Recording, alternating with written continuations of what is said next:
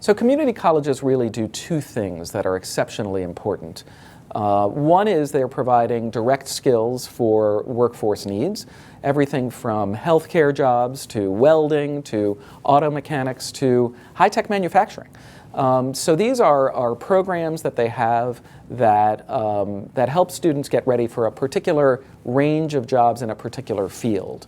The second thing they do is they provide the on-ramp to a four-year degree. They're really the first 2 years of a four-year degree.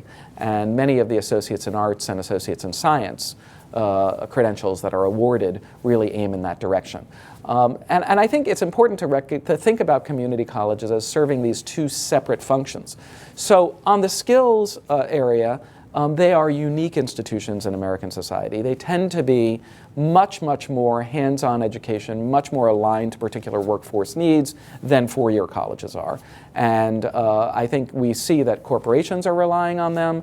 As the federal government is thinking about how to fill the skills gap, they have relied on them through federal grant programs.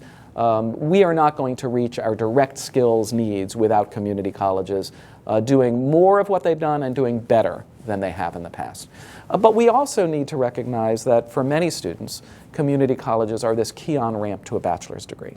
That they either can't afford the tuition at a four-year college, or in some cases they don't live near one, or they may not be prepared for the standards for entry to a four-year college.